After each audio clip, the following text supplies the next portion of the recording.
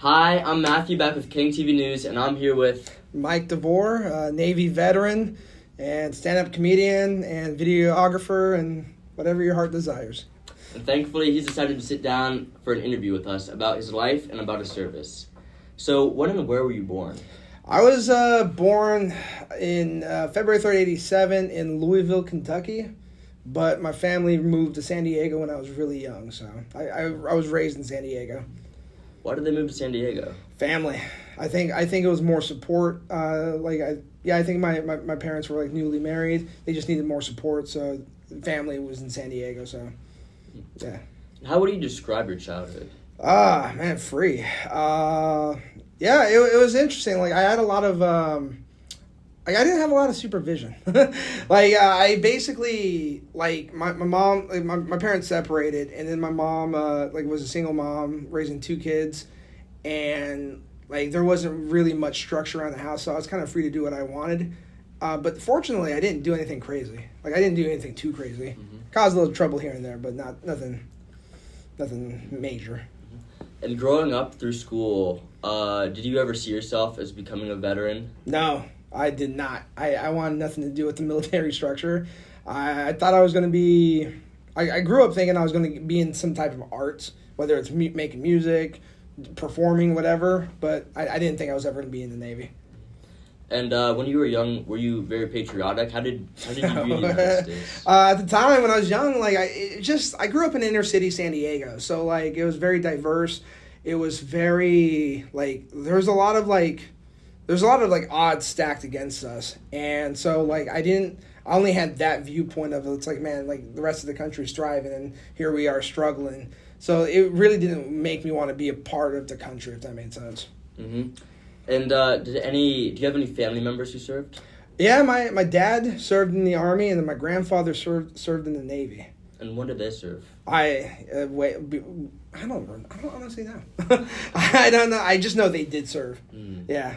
Was that ever a popular topic in your childhood? Not really. It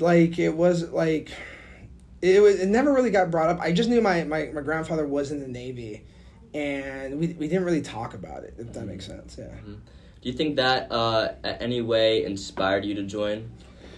I think when I finally made the decision to join, it had somewhat of an influence, but it wasn't the main reason why I joined. What was the main reason? I was about to get fired from Costco. Straight up, I was about to get fired from Costco. I was not disciplined, and at the time, this was 2009, and there was a lot of the recession was going on, and I had a couple buddies who got fired, and they were struggling to find their next job, and then I also had a couple other buddies that joined the Navy or joined the armed forces, and it looked like they were thriving, and I just needed direction in my life, so I just, you know what?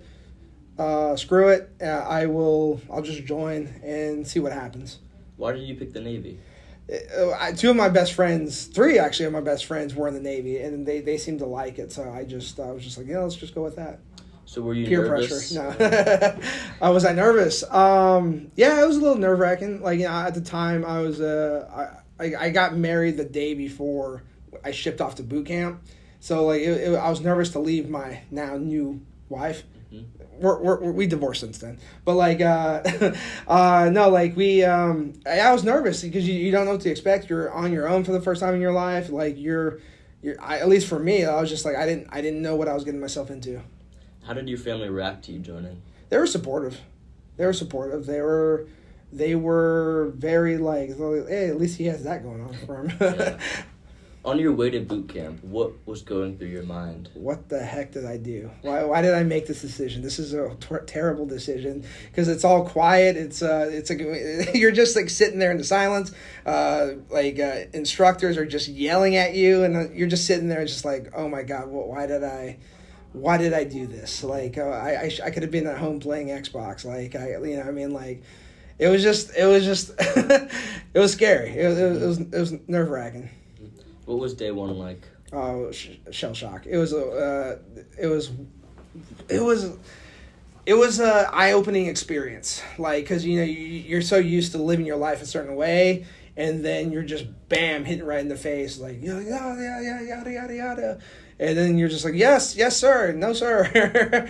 And so it was just a shell shock. It was just a eye-opening experience. Mm-hmm. And what job were you thinking of joining the Navy? I knew before you, for the most part, before you go into the Navy or the Armed Forces, you go through the MEPS process. I think military entry processing. I don't know the exact quote for, or you can probably pop it up in the lower end what MEPS stands for, but like you get to pick your job. Like at least in the Navy, you know, some people know it as MOS. In the Navy, it's called rate. Like what's your rate? And for me, I knew going in, I selected the Intel Specialist route. What were some memorable experiences from boot camp? I was in charge of our division. It was called RPOC, Recruit Petty Officer Chief, and I hated it. Because I never really led people before, and like you're basically like you're leading an entire division of strangers from all walks of life who have different values, and like you're trying to like get them on your side, but then like they're just not. They don't want to come together. So it's kind of, so you're not only you're learning how to be a sailor, you're also dealing with different personalities who are fighting you every step of the way. And again, like it just shows at the time my lack of leadership skills, because like I just thought if I yelled at people or if I just told them what to do, they would do it. But that's not the case. That's not leadership. So I had to learn early on, it takes more than just telling someone what to do to lead. You have to lead by example. Mm-hmm. Did you ever face any challenges leading people? Like, what was it like? I always had difficulty leading people. I think part of it was just whether or not, if I'm being completely transparent, there was just some times in the Navy where I was put in charge, and it's just like I didn't truly you know what it was? It was like there's one moment where like I was in charge, but I didn't know exactly what we were supposed to do, and so so it's kind of hard to lead when you don't have all the information. People are like, what do we do next? And I'm just like, I don't know. I'll figure it. I'll learn. I'll reach back out to my higher ups. But ultimately, what I ended up learning it's like listening. Leadership is also listening to your people. It's like, sometimes the lowest ranking person might have the greatest idea, and then you, in good leadership, I forget the term. Like good leadership, in my opinion, praises in public, reprimands in private. Like it's like you don't want to like make someone a scapegoat in front of everyone, because like what does that say to the rest of the people? Like, oh, he's just gonna make himself look good. Whereas it's like, yeah, this sailor did an amazing job, give it up for them. They had this idea, and then like when someone messes up, it's like, hey man, you gotta pull that back. So that's to me is leadership in a nutshell. By the end of boot camp at graduation, how were you feeling? I was ready to get out. I was ready to be done with boot camp. Oh my! So I went in so boot camp in the Navy is near Chicago, and when I joined, it was the winter of Chicago. So I'm coming from San Diego, where I'm wearing shorts and flip flops the entire year, all season long. And the last day, the day we graduated, it snowed for the first time, and you're just like, it was just I was cold. I've never seen snow before coming from San Diego, and yeah, it was by that time I remember, because we got to celebrate, we got to go out with family into town to just see Chicago and celebrate. And I remember I was in my uniform out there, like my dress whites or dress blues, excuse me, the blue Cracker Jack uniform. Mm-hmm. And I just remember this lady came up to me and was just like, she's like, thank you for your service. And that was the first time a public person thanked me for my service. And then I just remember I'm just like, oh, you're welcome. But then in my mind, I'm like, I just got yelled at this morning. I didn't do anything. I just graduated. So I learned to answer that question, or that whenever someone thanks me for my service, I always say thank you for the support. So, and then what did you do after boot camp? I immediately I got sent to my schooling in Virginia Beach to learn how to become an Intel specialist. It was a 6-month program. Like it was like 4 months of the first set of schools, and then like 6 to 7 weeks of the second schooling. And yeah, so I learned how to become an intel specialist. Basically, an intel specialist is a glorified CNN reporter, like a classified CNN reporter. You basically report on what's going on around the world based on your area of responsibility, or AOR, and you just present like, hey, this is what's happening, this is what we think they're doing, and this is what we recommend. So that was my job in a nutshell. And how would you say your rate school, your MLS school, differs from boot camp? It's more technical. It's more like a classroom setting. Whereas with boot camp, the point of boot camp, in my opinion, is to transition a civilian into the military structure. Like to get them thinking not as an individual, but as a part of a greater team. And there's basic things that you have to know when you're in the military. So it gives you bearing. It gives you, the term is military bearing. It just gives you guidance, gives you discipline. The schooling for the job itself is more of like classroom and education type. It's like, this is what you'll be doing. You're practicing, presenting. Not everyone's comfortable doing public speaking. So you're learning how to do all that stuff too. So. And did you want to be stationed abroad? Did you want to stay in the States? I wanted to be back home with my wife as quick as possible. That's all I cared about. And ideally, I wanted to be closer to San Diego, because San Diego is a big Navy town, or military town in general, but it has a big Navy thing. And basically, like, what ended up happening is I ended up getting after selecting orders, I got stationed in Whidbey Island, No Harbor. And then what was it like reporting your first duty? It was exciting. It was exciting. It was there's a little nervousness because you don't know what to expect. But it's like, I'm going to finally get to do my job that I've been training for X amount of months, and I'm ready to be a part of the command. And my first command was a squadron, not a ship. It was a squadron based out of Whidbey Island, and VAQ 134 is the name of it, Electronic Attack Squadron 134. And yeah, I was just so proud to be a part of that squadron. What type of operations did your squadron conduct?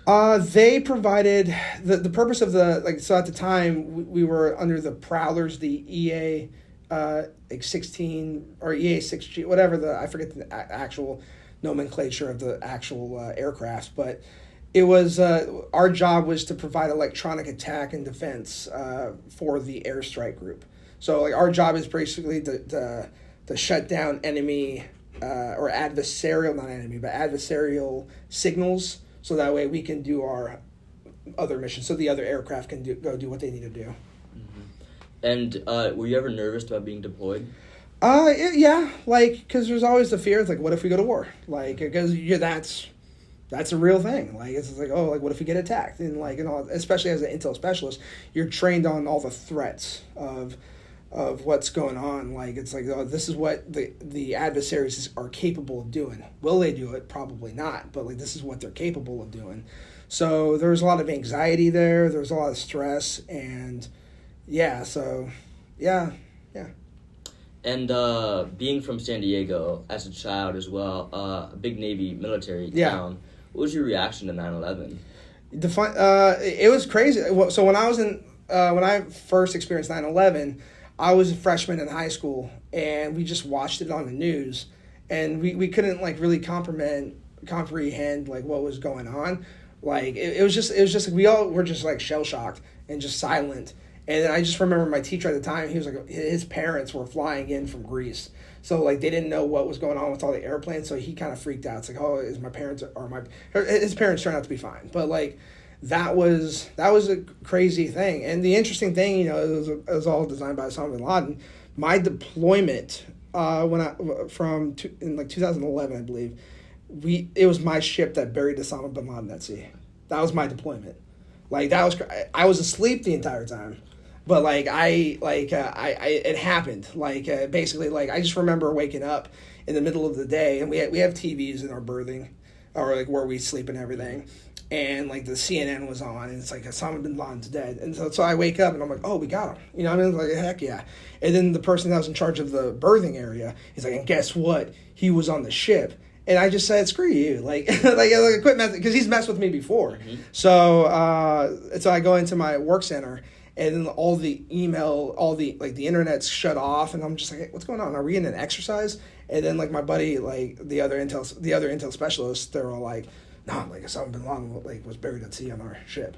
Wow. So, yeah, so like that's my experience. So like I was proud of that, but it was also kind of scary because like that puts a target on our back. Yeah. Like the ship of the USS Carl Vinson is now is known for burying Osama bin Laden. So we were kind of nervous about that.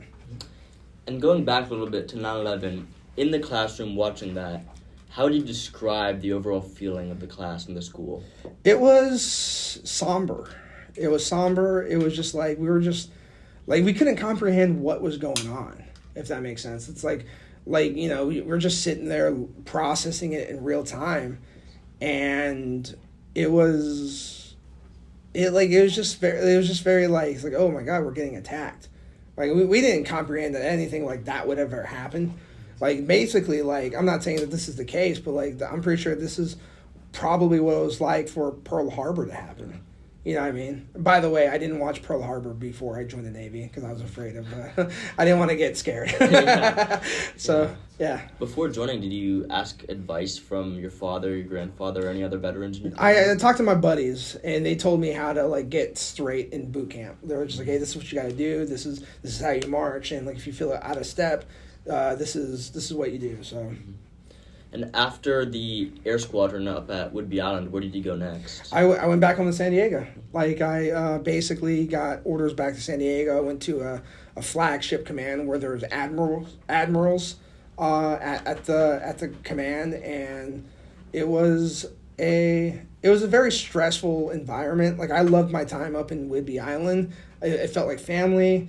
Full transparency, when I got to station in San Diego, I was miserable. I did not, even though I was home, and everyone's like, oh, it's San Diego, but like when you're working like 4 days, 5 days, like 12-hour shifts, sometimes 13, 14-hour shifts in a row, it takes a toll on you and your family.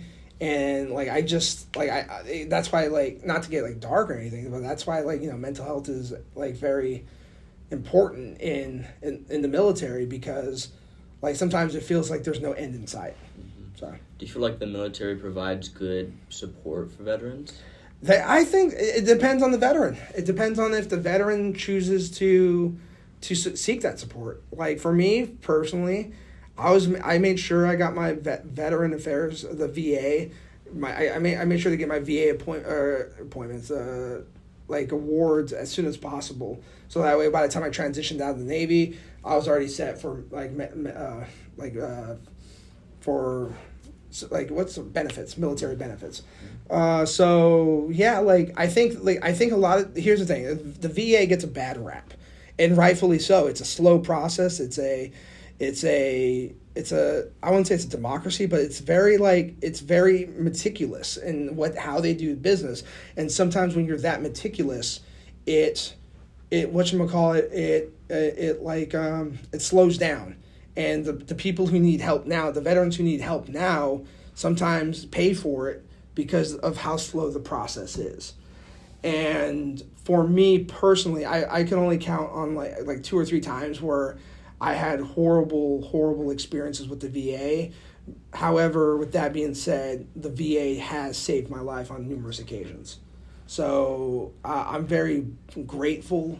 At this point in my life, I'm very grateful for what I've been through to get the support I needed from the VA, so that way I can be sitting here in front of you and the cameras and to tell you my story. So, you think maybe there's a certain stigma in the military that maybe prevents some people from feeling they actually need help or should get that help? Oh yeah. You're like a lot of times, there is definitely a stigma from seeking out help, because a lot of times people don't want to be conceived as weak, and when they ask for help, maybe that's their definition of being weak. And so I think the biggest strength anybody could do, whether you're a veteran or not, is seek help. That's the strongest thing you can do. That's the most crucial thing you can do in my opinion, because I work in mental health now. I do stand-up comedy, I do I do media, but part of the reason why I do what I do is because I know what it's like to feel alone. And sometimes just by reaching out to someone who understands, especially veterans, sometimes it's difficult to identify as a veteran, even if you are a veteran. I struggled with the identity of what it's like to be a veteran, because I felt like I didn't belong to be a veteran. So yeah, sometimes it's hard for people to reach out. However, you just gotta be open and willing to be hey, when you're ready to get the services and the benefits, we're here for you, and we want to help you out. So where specifically do you think they should find that? Can they find that? The VA.gov website has a lot of resources. I know there's a lot of Facebook groups out there that has a VA or veteran resources. I know the reason I was able to connect with you was through the Pacific Northwest Veterans Group. Someone reached out, I believe your teacher reached out to this person, and that person reached out to us, and to which I replied. So there are resources out there, and if anyone needs resources or wants to know more, connect with me, and I'll do my best to connect you with the resources that people need. All right, thank you. Yeah. So I spoke to a Vietnam veteran, and they said they were disrespected when they got back. Yeah. And did it ever happen to you? No, not to my knowledge. I don't recall. I don't ever. You know what it is? It's you don't you never remember everything, but you remember how you feel. And to answer your question, I never felt disrespected as a Vietnam, because I think part of it too was at that time, and I don't know the entire story, but with Vietnam, the country wasn't behind it at the time. To what I remember, I could be incorrect. But I think now more this generation, they're more all about the veterans, the military. So I think there's a lot more support for military now as opposed in the past. And then both as a civilian and as when you were in the military, how did you feel about Iraq and Afghanistan and the wars there? To be honest, I didn't have much feelings towards Iraq, because I was in Iraq. We supported operations in Afghanistan, and all as it may seem kind of cruel, we were there to do a job. Yeah. We were there, regardless how you feel morally about that, I can't control how people feel about that. To me, it was more you think you're doing the right thing. You think you're doing the good thing. You think you're basically on the right side. You hope that you're on the right side. And we'll see, so I hope that answers the question. Yeah, it definitely does. Yeah. So backtracking a bit, you got back to San Diego. Yeah. And then what happened? And then I found, as I was going in, I thought I was going to make the Navy a career. First command in Whidbey Island, I loved it. I loved the people. And then I get to my second command, and it's a miserable experience. And then that's when I decided to get into stand-up comedy. And because I was really depressed. I was really down. I was well, the one thing I haven't tried was stand-up comedy, so I decided to do that, and that motivated me to get out the Navy. And so I was I did my time, I did my part, and I'm just ready to move forward with my life. So, were you ever deployed? Yes, I deployed twice, 2 times to back-to-back years, from San Diego to the Arabian Gulf. And how did they go about telling you you're going to be deployed? They basically tell you, the commander, it comes from the higher ups. They're hey, this is our schedule for the next couple of years. Excuse me. And sometimes things shift left or right, but just because you go on deployment doesn't mean for example, our deployments were 6 to 7 months. But that doesn't mean we were home for 6 months out of the year and then deploying. You're doing workups. You're doing month-long training, so that way you can prepare for the deployment. Yeah. So say for example, even though our deployment was 6 months out of the year, three additional months were dedicated on top of it. So you're doing 9 months out of the year. You're away from home. Mm-hmm. And how did you go about telling your family, and what was the reaction to your deployment? They were sad. They were oh, that sucks. Like, I don't know if I can say that, but you can probably edit that out or beep it like that. And it's a little too late for it's too late for the beep. But but they understood this is what I signed up for. So, what was it like arriving on your ship? It's massive. Like, I was on a carrier. I was on a nuclear power carrier, and it was very like wow. And it's funny because I remember there was this one kid from my school, from the Intel special school, that I absolutely hated. I was like, and then he graduated before me. I was like, oh, okay, I don't have to deal with that person ever again. And then he was the first person to greet me on the ship. he was just like, hey, what's up, Devore? I'm like, hey, you. And but he, like, when you're on deployment with these people, they become family. You're stuck together. Like, you're stuck in like, part of, like, lack of a better word, like, it's called the suck. Like, you're stuck in it.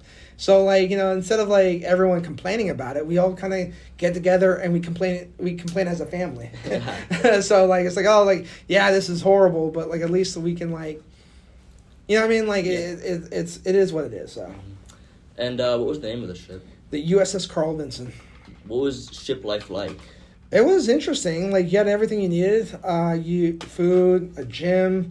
Like, there was a place. There was a chaplain. Like, you could talk if you're a spiritual person or a faith-based person. There was. I was never there, but like, there's a lot of things that you could go to school. Like, they flew in professors to teach while you're deployed. So you're able to get college credits while deployed. So. What was, like, everyday life like? Like, what was the routine? The routine, you'd wake up, go to, in the Intel department, we would wake up, get breakfast if we woke up in time, go to the morning Intel brief, just so everyone's caught up on what's going on. Then we go to our workstations, transfer, do a turnover. Basically, hey, this is everything that we did. This is what we're going to be watching, monitoring. So we turned over the watch.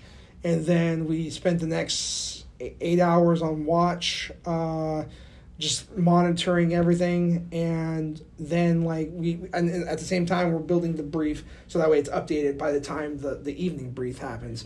So that's around 6:30 at night.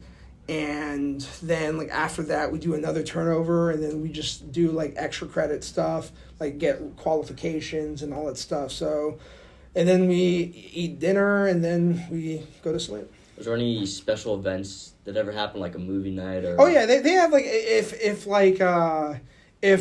we're out in deployment for more than 60 days or something like that, we it's called I don't know if this is the right term, but I don't remember any other term. It was called a beer day, and basically everyone it's just like a big barbecue. They put on events so you can just relax and just enjoy barbecue and enjoy beer. They serve it was just I think it was non-alcoholic beer though. I think I didn't drink so. And then leaving San Diego, your ship was pulling out of the dock. What was going through your mind? I was sad. I was it's like you don't know what to expect. It's like everyone, the family, the love, everyone's waving you off. And you're just it's like, here we go, it's the unknown. The second deployment was easier because it's like you know what to expect, you know the job. So it was just okay, in 6-7 months we do this, we do our job and we get to come back home. So, but the first deployment was the toughest because you're alone. You're not alone, but you just don't know what's going to happen. So you had no idea where you're going. We had an idea. We knew we were going to the Arabian Gulf. We just didn't know how we were going to get there. But we were able to make port calls in South Korea, Malaysia, Hong Kong, India, and Australia and Dubai. So. What was the route like there?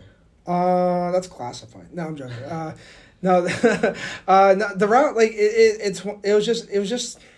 It probably took I honestly don't. I just remember it took weeks upon time to reach land, and it was bumpy. It's waves. Pacific Ocean's huge, massive, And at the same time, like, jets are flying. Like, they're doing operations at night and throughout the day. So it's coming up you're just by your side, so you're kind of on edge a little bit. So. Mm-hmm. And when you stopped at all these countries and cities along the way, did you get off? Yeah. What was it like at those countries? How did you feel? I remember I was in South Korea and I was kind of lost, and I was just like, why can't these people speak English? But like, I'm in their country, so that was the funny part. It was interesting. It was just like getting to see a different culture, getting to see a different way of life, and it was just very. It was just very eye opening. Yeah. So. You're entering the Arabian Gulf, right? Yeah. What was that like? Stressful. Because at the time, and I still think right now, like, Iran was very, like hostile. Our relations with Iran aren't the best. So they were kind of aggressive towards us as, like, we were entering the Arabian Gulf. Because they control the choke point going into the Arabian Gulf. Strait of Oman, or the Gulf of Oman, and then the Strait of Hormuz, I think that's what it was called. Man, I can't believe I remember that.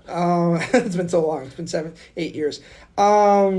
Yeah, so like they controlled it. So they were very aggressive with their Navy and their Coast Guard.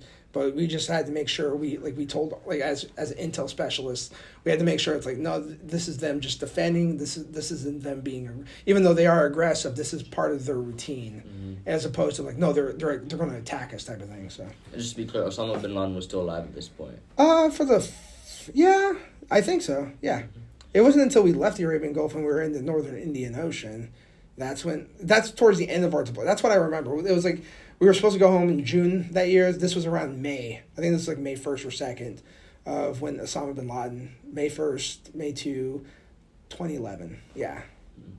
And entering the Gulf, entering the countries there, what was the main objective? What was the Navy's main objective? With the military in general, the purpose of the military in general is to protect the interests of the United States. So with the Navy and all these forward deploys, regardless of what branch you're in, it's projection of power, like a projection of influence. So the purpose of us is just to maintain presence in case anything goes wrong, in case any of the America's interests are attacked. Mm-hmm. So we're just there to patrol. Mm-hmm. Was there people who were there just because of 9/11, just because of Al-Qaeda and Osama bin Laden? Probably. I wasn't. I was just there. Like I said, I was about to get fired from Costco. But there are some people that I've heard stories that they just whatchamacallit, they joined because like they felt it was the right thing to do. Mm-hmm. Did you work with any other countries, any other militaries? We've done exercises with other countries. I've worked with Canada. We worked with Canada.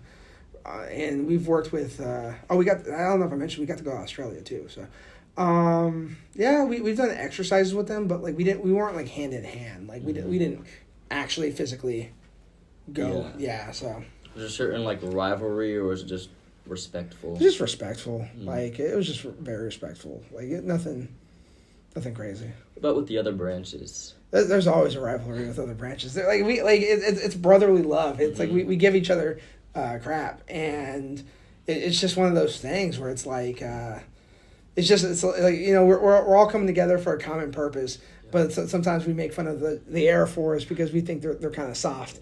Like, oh, you guys get the deluxe chairs, you guys get ice cream for lunch all the time. So yeah, like, and then like Marines, we always like joke that like, oh, you guys eat crayons, like but it's out of love. It's not like we hate you. It's just it's our like our jab like at each other. And were you in the Gulf the whole time, or did you ever pull? Majority of the time we were in the Gulf, but like basically we were there to do our missions in the Gulf, and then as we went back home, we would do other exercises along the way. In the Gulf, and on the way home and there, were there any accidents, any occurrences, any memorable experiences? Not with us, but like there's a couple like times I don't know, I forget what it was, but like. I don't know if I was still in or if I was out at this point, but I think I was out. But there have been some times where like I remember a ship ran aground or ran into something, and like unfortunately some sailors had passed away because of those accidents. But yeah, that's another topic. You know what I mean? Like, it is what it is.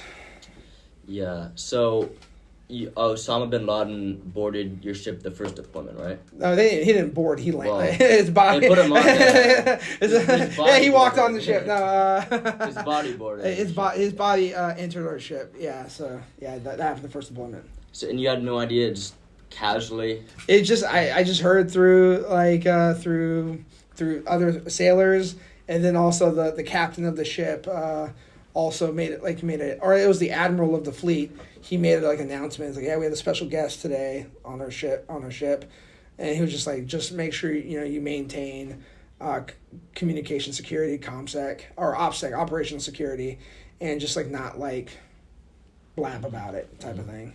I know you didn't see it, but did anybody see it, and how did they describe it?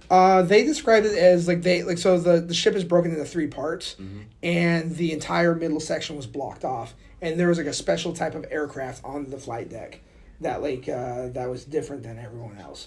So that's what they described to me. But like as far as being close to that it was so classified. It was outside of our pay grade.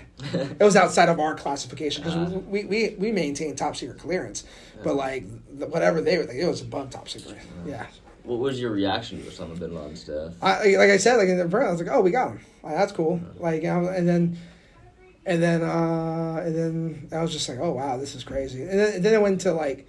It kind of went into a little like fear. It's like, oh, are we going to get attacked? Because, like I said, like we're the targets and we're getting ready to pull into a port. And we'll Osama bin Laden sympathizers attack us, type of thing, while we're in port. So, but it didn't happen. So we're fortunate. Yeah, and so your deployment's ended. You're on the way back. How were you feeling? Relieved. Relieved. I'm ready to go home. Ready to be with my wife. And it was just. Yeah, it was just ready. We were just ready to be done with deployment and just relax. Was there a celebration on the ship after bin Laden died, or just back to work? It was just back. I don't remember celebration, but it was just back to work. Like it was just back to work. So what happened when you got home after your first deployment? I didn't want to do anything. Like I didn't want to do any. I just wanted to stay home the entire time, and it caused a little problem with my ex-wife. Because, she waited like 6-7 months for me to get back home to do stuff. And here I am just not wanting to do anything. It was one of those things having to readjust to regular life again. So, but we worked through it. And, yeah. So. And what happened after that before your second deployment? Just workups. Just the month-long trainings out of town in other areas and just gearing up for the second deployment. And when they told you about your second deployment, were you okay? Like how were you feeling? It was just like, oh, okay, we've done this before. Let's do it again. So. Did your family feel the same way? Yeah, they understood. They got it. And it was just part of the process at that time. You're a little seasoned at this point, and I just remember it was interesting the second time we went. When we went to deployment, because you get so used to your job the first deployment, so where the information as intel specialist you have to know the resources, you have to know where the sources are to get the information you need. And I just remember one time I reached out to this one source, and it was a new person on the other side, and I was like, hey, can I get this information? And they're like, I don't know if we have that. I'm just like, you have it, just ask your supervisor. And then 2 minutes later, I get the file. It's just you're just used to it by the second deployment. Matthew, let's start doing the last few questions and start wrapping up. Okay, well, how would you describe your overall second deployment? It was just routine. It was fun. It was cool. But yeah, nothing. It wasn't as impactful as the Osama bin Laden thing. Yeah. So, yeah. When you got back, how did you spend the rest of your naval career? Like I said, I got back down to San Diego. I trained a couple people. I was in charge of a few things, but towards the end of my career, I decided to I realized I was going to get out, so that's when I decided to be a stand-up comedian. And when you were discharged, What was it like? What was the day like? I'm done. I'm free. Felt like I was out of jail. But it was cool. Like I will say, being in the military is one of the most stressful things in life. And then like it just made everything else easier after that. Like school was a breeze. Like school was. Like I went to college with the GI Bill. Like I was like, oh, all I have to do is just this, and so yeah. Mm-hmm. And looking back on your naval career after you discharged, what do you think? How do you describe it? It was bittersweet. Like there were some good things, and then there were some, like there's things that I was proud of. There's things that I was like, I wish we could. Were you awarded any medals or ribbons? Yeah, I got a few. I got a few naval, Navy and Marine achievement medals, and got a couple personal qualifications that I was proud of. But yeah, nothing like Navy. It's funny, like awards and ribbons. They're awesome to get, but like, I don't know, just the people. What means more to me is just the impact I made on other sailors and the people that I served with. And what was your final rate at the end of your service? Intel specialist, but my rank was E5, second class petty officer, which I'm okay with it. It's the perfect rank. It's like you're high enough to not be the low, but just you're low enough to not get the stress from the higher ups. So it was just the perfect rank. And post career, what was that like? A lot of veterans describe it as hard, and it's hard to adjust to civilian life. It is for some people. It is because they struggle with identity. Like, you know, they spend their entire career knowing where they're going to go, knowing the next step in their, like, oh, today I have to be here at 0800, whatever.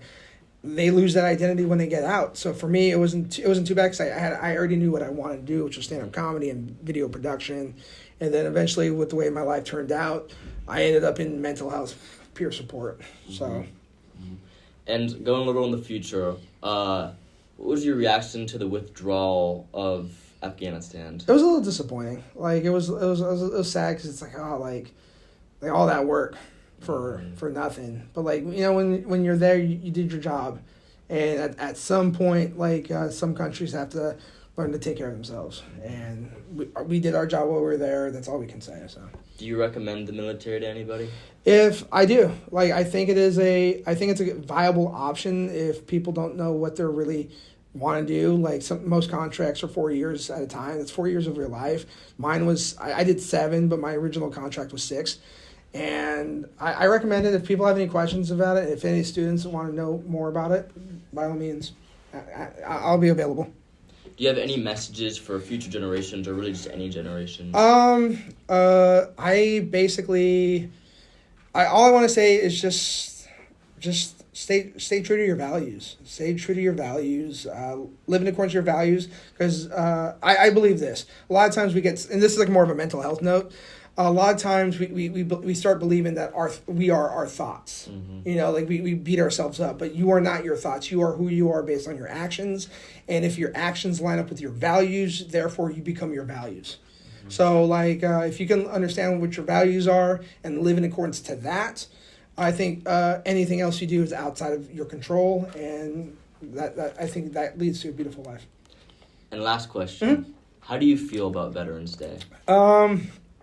It's cool. It's cool. Like it's cool to support like the veterans that served. I'm grateful for it, and plus all the free food that we get. It's amazing. So as a big guy, I'm good with that. So yeah, no, I'm grateful for all the veterans. I'm grateful for you guys. I'm grateful for you taking the time out of your schedule. I'm pretty sure you don't mind getting out of class for a little bit. And so yeah, no, yeah, I guess that's it. All right, thank you. Anytime. Appreciate you. Mm-hmm. Thank you. Sweet. All right. Thank you.